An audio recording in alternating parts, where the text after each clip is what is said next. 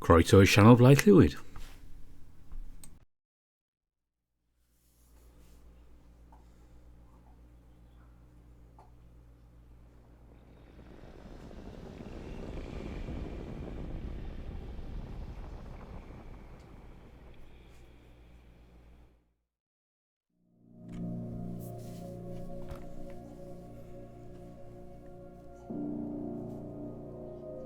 Beyond the harbour, If you have been following me for a while, you might remember we did the original version of Beyond the Harbour, and the playlist is still going. It's had a bit of a rework, so this is the reworked version we are starting now. And I'm not going to say too much. If you watched the other videos, you might know something what's going on here. If you haven't, don't worry, just jump right in here, and we'll start right now. The bus hums quietly as it rounds a turn. At least, I think it was a turn. About 20 minutes ago, a dense fog had rolled in, obstructing my view of about anything, really. Not there's much to look at anyways. Even an outsider like me could tell this little town was out in the boonies. About 5 hours into the trip, the road became particularly rough, and I couldn't focus on anything other than the seat shaking me around. My ass hurts. I'd heard a hell of a lot more from Mum. I knew where I was actually going.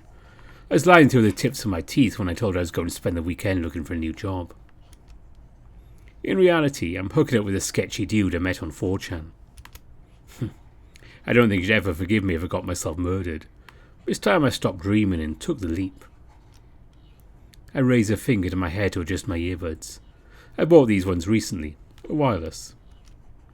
They're a convenience of the modern age, for sure. Well, as long as you disregard them getting lodged in your ear canal. Guess the tech wasn't quite there yet. Speaking of, where are you now? I quickly type out a response. I just pulled into Harborton. I think we're heading to the main terminal now. Reply is almost instant. Semicolon P.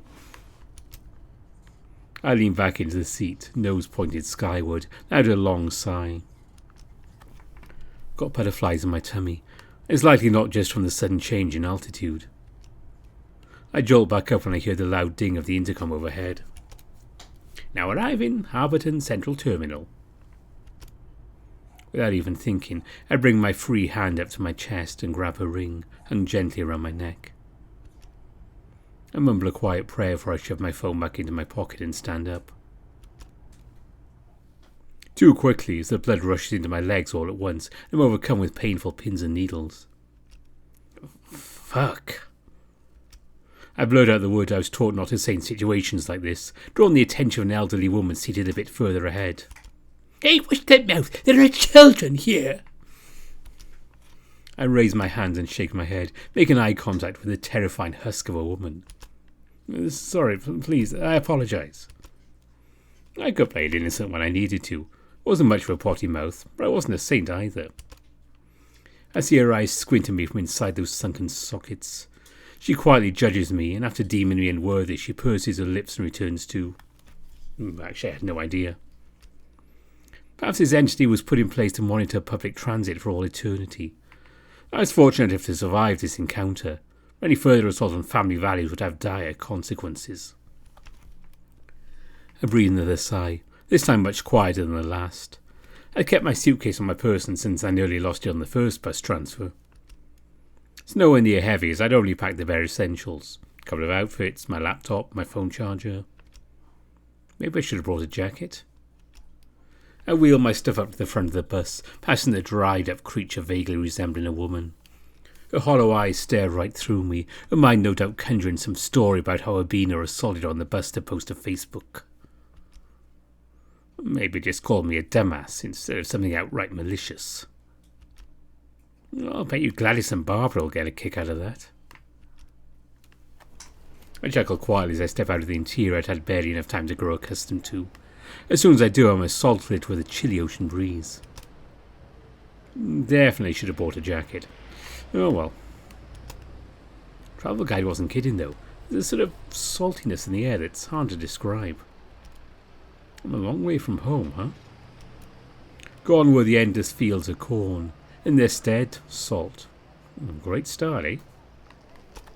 I wonder how good the food is. My daydreams of food are interrupted by another sharp ping from my phone.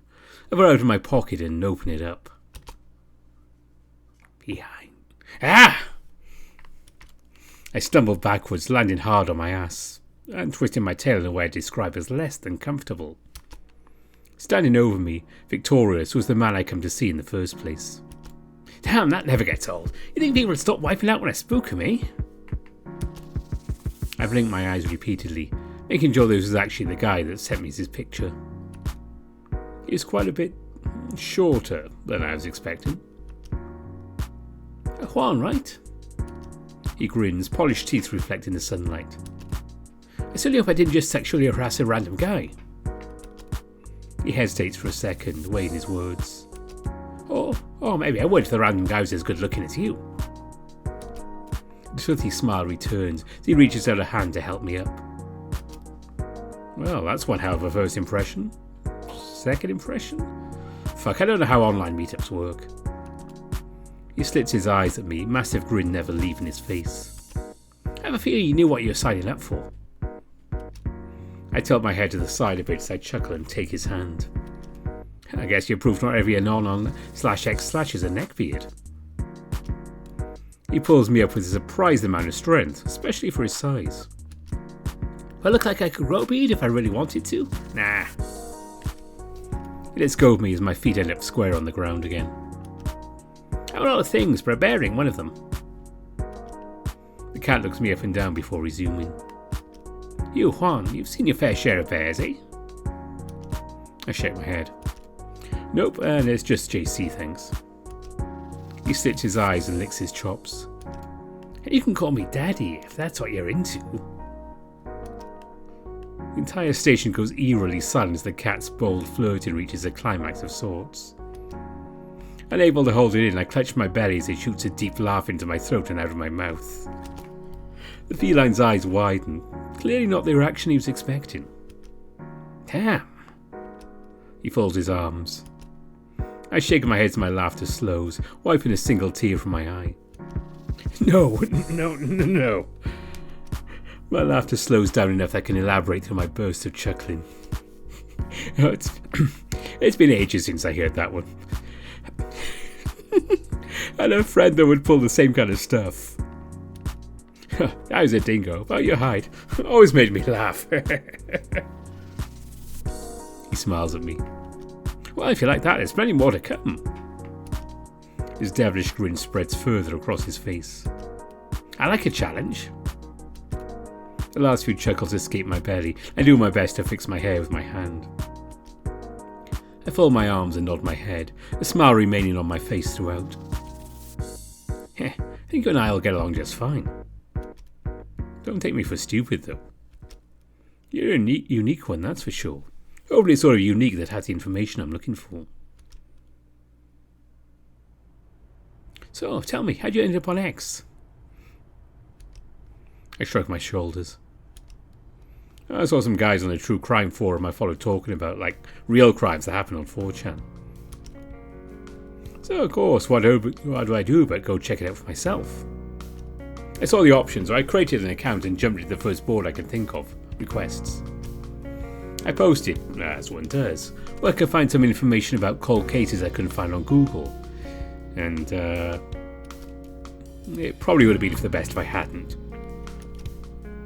I shake my head. Using the same username for every site was a mistake. Some fucker hacked my RuneScape account.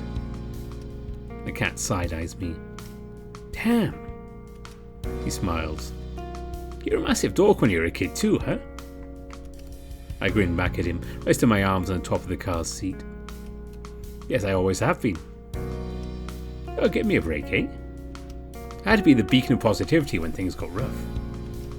I chuckle. My little brother had to learn from somebody, you know? Didn't stop him from being an annoying little shit, though. Cat stares back at me. Annoying sibling, hmm? He pulls the car into park, rolling his sunroof back up as he does. You plan on killing him? Is that way into criminology? I chuckled, though I feel it comes off as less genuine than I'd like it to. Hasn't everyone dreamed of killing their little sibling? The cat doesn't respond, just turning away from me.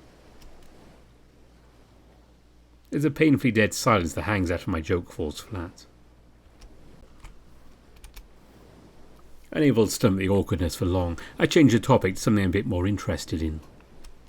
So, tell me. Oliver Blanche, you said he was a friend of yours? The cat nods his head as he taps his car door closed with his butt. Yep, we went to high school together, like I said on Discord. Though he's a grade under me, and the only time we ever really interacted when I was at Sophomore. I tilt my head. Really? 10th grade? But he's only one grade behind you. What happened? Did you ever falling out?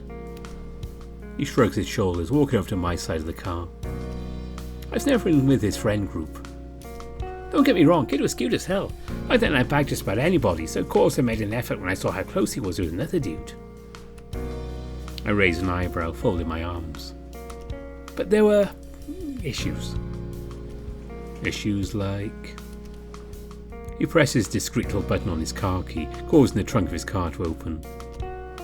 Ollie's friend group, it was really small. I heaved my suitcase out of the trunk, and once it's firmly on the ground, sling my canvas messenger bag over my shoulder. He was weird. Didn't talk to people, missed school a lot.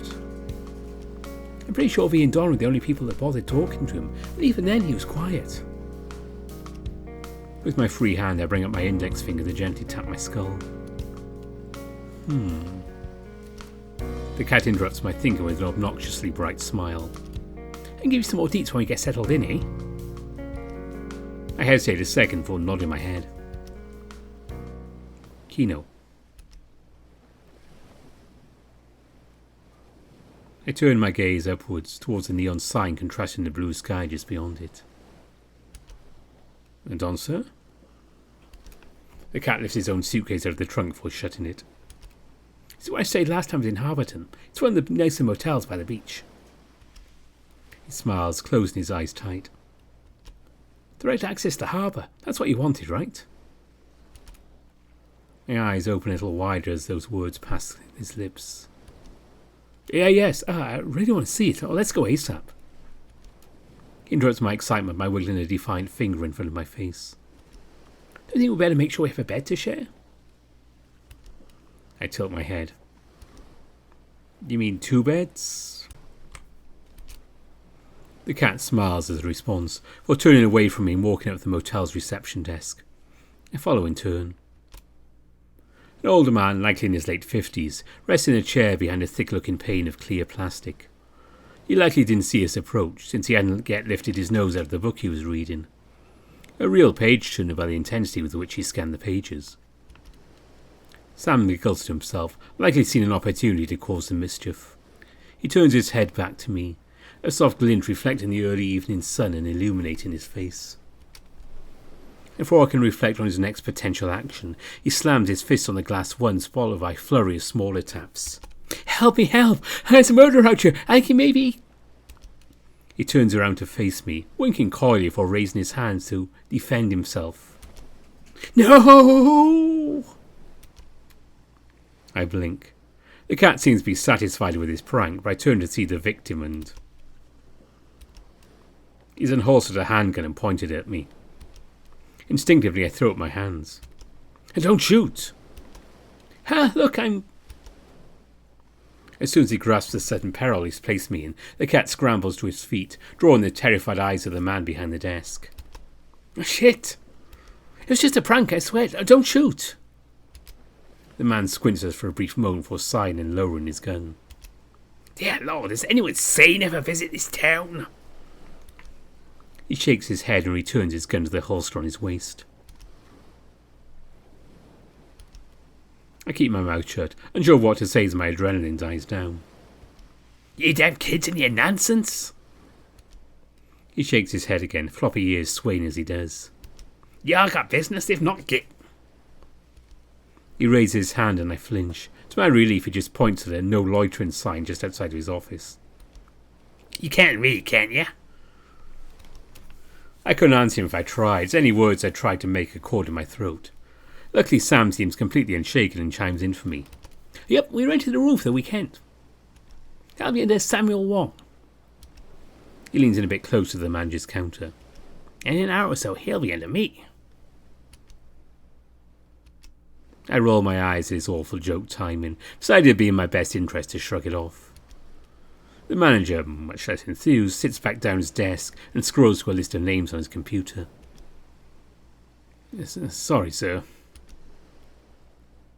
Hey, can you go get some ice from the icebox? I turn my nose over the cat's request. And risk running to the guy you pissed off? No way in hell. I spent the last 15 minutes trying to calm myself down after that incident, and failing somewhat spectacularly. Come on, I've seen people react way worse than that. He props his skinny ass right next to me on my bed. Didn't even fire. Think about it, if it weren't for my quick thinking, he'd likely not be sitting here right now. He rests what was likely his favourite hand to sexually assault someone with on my knee, immediately sending me into alert mode. Don't tell me you pissed your pants and need to change. I squish my eyes shut before resting my fingers on my temples and releasing a painfully long sigh. My bladder was mercifully empty at the time. I thought I'd say this, but bless the bus restroom. The cat responds by simply shrugging his shoulders. How couldn't I have a little check, Trust me, I'm a certified bladder inspector. His hand begins to make a familiar trip up my leg, right intersect with my own. Really? What's the scientific term for someone who specialises in urine? The cat's eyes go blank as the cogs in his head begin to turn. Penis doctor? I shake my head. Nice try, but no. Gonna have to retract your license. I pull his hand off of me, much to his own disappointment. Though I do recall you being an expert in one particular field. He tilts his head. How to give someone an orgasm? I smile. Maybe, but personally I'm much more interested in information that may lead to closing the case of Oliver Blanche.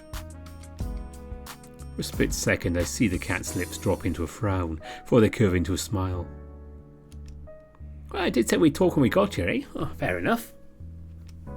He crosses his arms. Ask your questions, I'll answer what I can.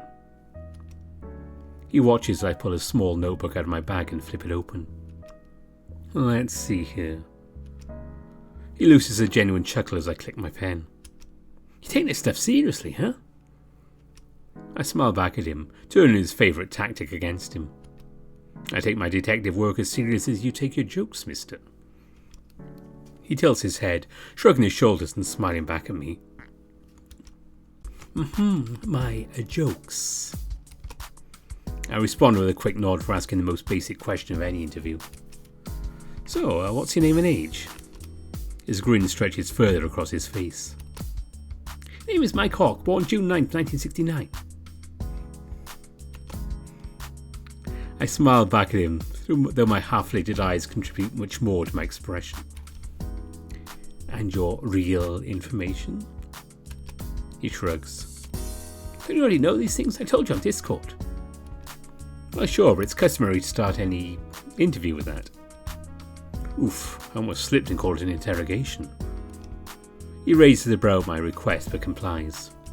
Alright, name's Samuel Wong, born February 16th, 1996. I hide a smile behind my neutral expression. That info matches up with what he's already told me. Thank you. Next, what was your relationship with Oliver Blanche? He takes a second to think, even going as far as to rub his chin as the memories return to him. Were you friends? His first real answer, and as far as I could tell, it was only a half-truth. I call his bluff. Really? Were you close? He shakes his head. Not terribly. I lock eyes with him. Oh, was he more of an acquaintance? The cat shrugs. What kind of? He smiles at me. I was the type that made an effort to know everybody, especially people who catch my eyes. He winks at me. Ah, I see. I shrug off his obvious flirt, nodding my head and marking that note down. So, when was the last time you had any contact with him? The cat raises his chin to look at the ceiling, returning his eyes to mine after a few seconds. June of 2014. That's the last month I spent rolling around this town. The furious screwing of my pen is the only sound that carries across the motel room, so I'm sure to catch every word. That was the year you graduated high school, yes? I barely scraped through, but crammed at the end of the year. After that, I moved back to Cali for a few months to stay with my mom. I see. What did you do after that? I flew back to Virginia, enrolled in VSU for the spring semester. Been living around the area since then. Oh, VSU? What are you majoring in? Now, the question doesn't help the investigation, but easy to answer questions are helpful to keep him talking. A good question. He smirks. If you want an honest answer, I want to ask the same of you. What goals are you pursuing right now? I tap my pen against my notebook, doing my best to avoid spending too long dwelling on the question. Momentum is important during interrogation. Every attempt he makes at increasing his own needs to be snuffed out. Well, I want to go into criminology, specifically investigation. I smile. I really like giving interviews, if you couldn't tell. He slits his eyes at me, though a stony smile never leaves his mouth as he does.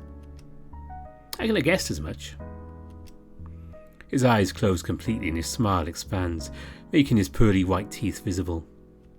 Though you certainly have a long way to go in that department, I think.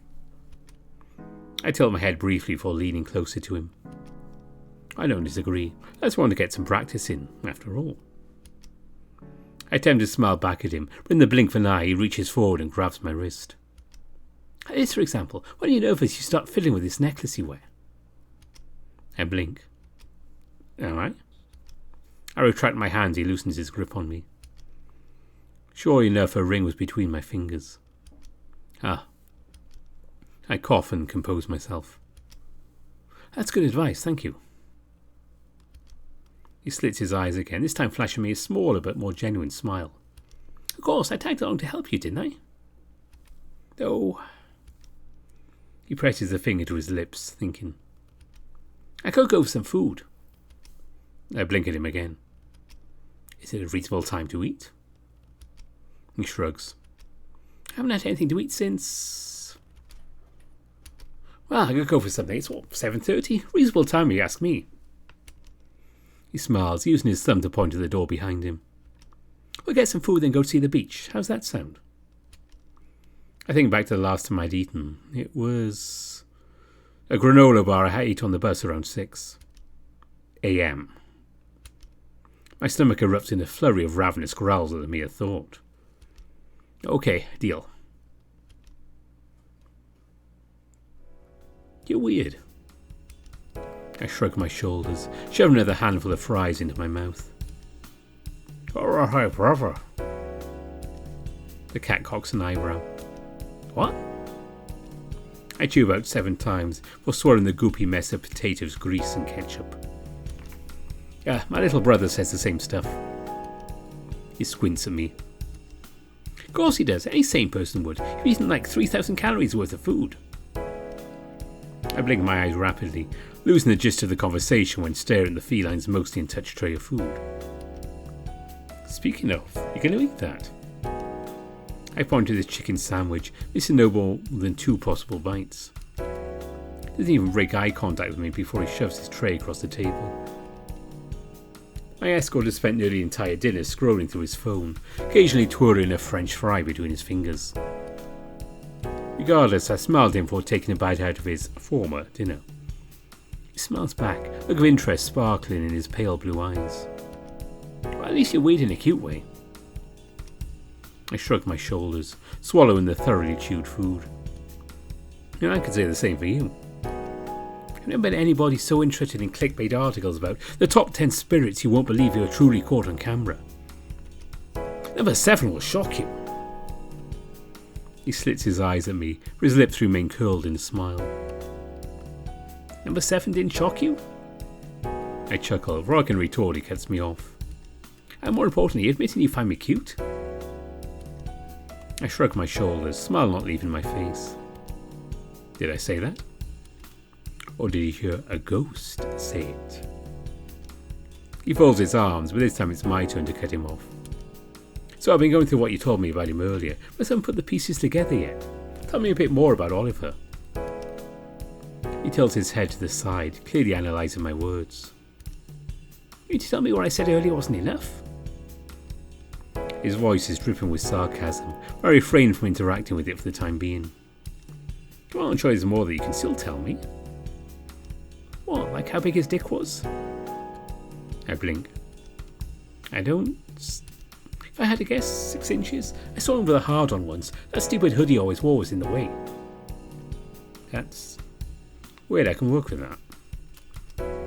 He always wore a hoodie. Was it special to him? The cat leans back in his seat, closing his eyes and getting comfortable. He did, yeah. After he and Don started dating. Don, you mentioned that name in the car. They were dating? The cat chuckles at my response. Oh, barely. They dated for maybe a week or two before Don pieced out. I fold my arms. Pieced out how? He left town, dropped out of high school and never came back, according to all the rumours. Ollie kept wearing the hoodie after Don moved away. Yeah, I graduated a grade ahead of him. For those 2 years I never saw him without it. He was odd. Something about him was always off, and I'm not so sure about the way he smelled. So he was like... I'm cut off by the cat shrugging his arms and frowning, eyes wide open. Nobody knew. All the time I knew him, never seen him eat or even go to the bathroom for that matter. People joked he was an alien all the time. Space rat, that's what most people called him. The cat takes a sip of his drink. Maybe he was an alien. He disappeared because he went back to his home planet. I frown. So people picked on him? Was he regularly bullied? The cat shakes his head. No, not for lack of trying though. Oh? Sam leans back in his seat again, locking his hands behind his head. First of all, it was impossible to get a reaction out of him. That's what bullies really wanted. But the bigger reason, he was under V's watch. The excitement swells in my chest as I make a connection. V, you mentioned her earlier too. He nods. Bingo, V was one of his only friends. And Don, where did he fit into this? He shakes his cup and upon hearing only ice remaining sets it back on the table. That's another story in itself. He rolls his head on his shoulders until it releases a satisfying crack. Ready to blow this joint? I could go for a walk. I scrunch my eyebrows together, frowning. Are you sure? I have more questions. I lost my cool after getting excited. He's clearly caught on to it.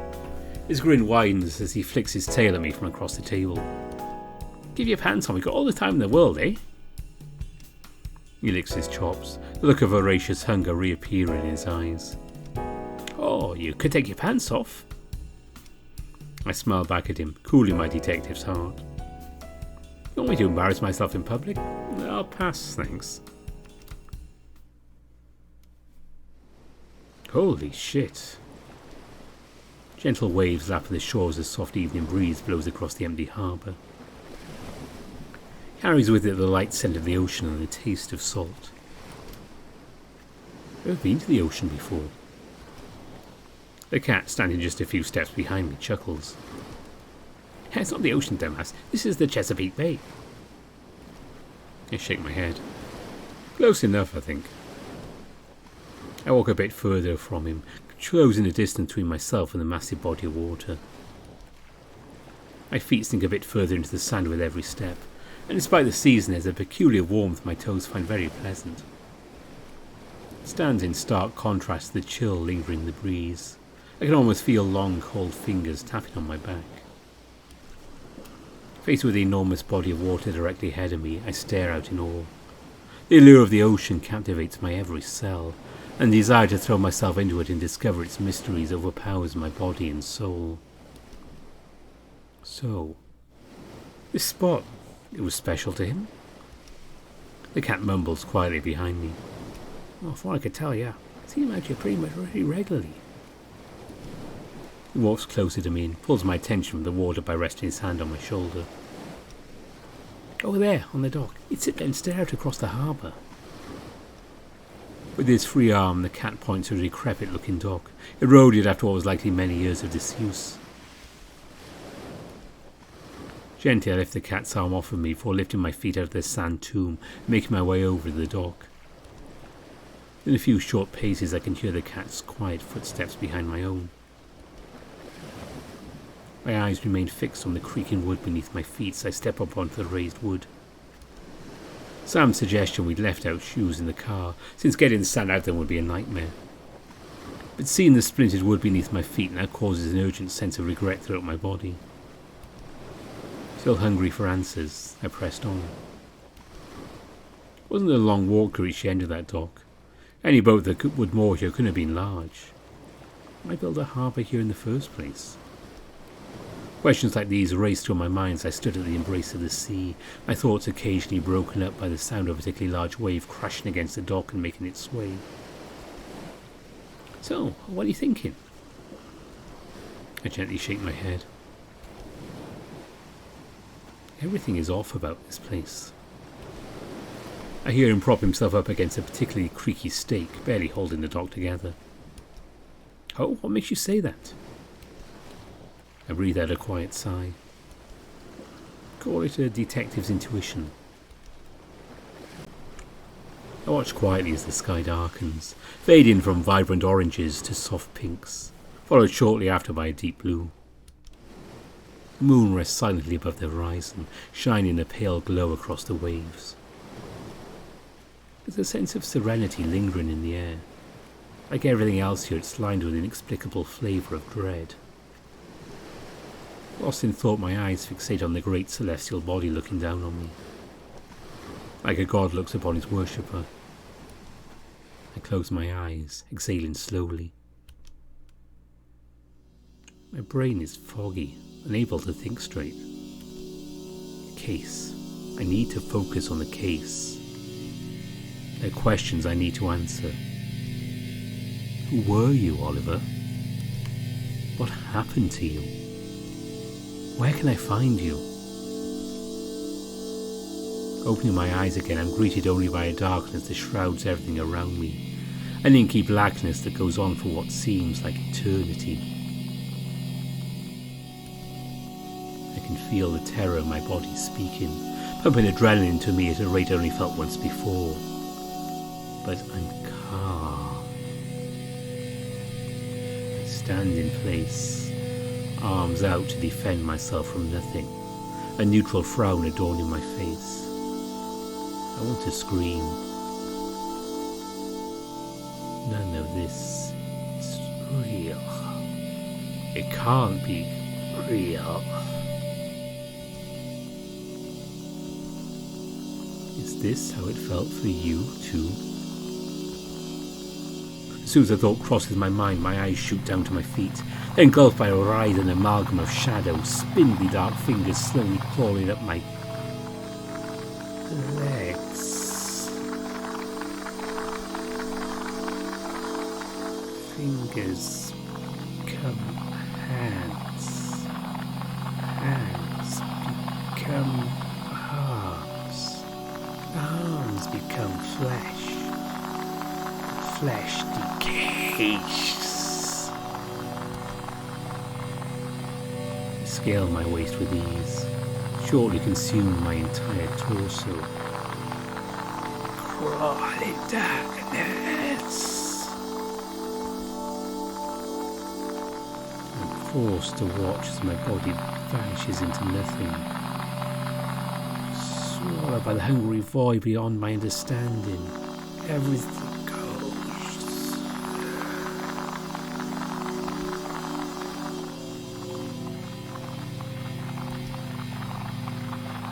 could do no more than accept my fate. So, why won't you let me go?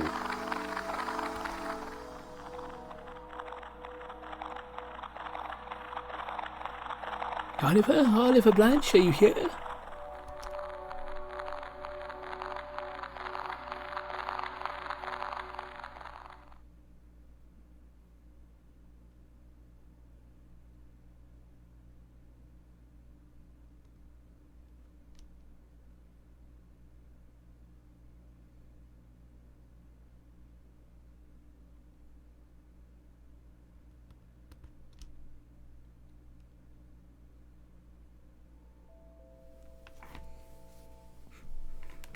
Now that's a great way to end the chapter.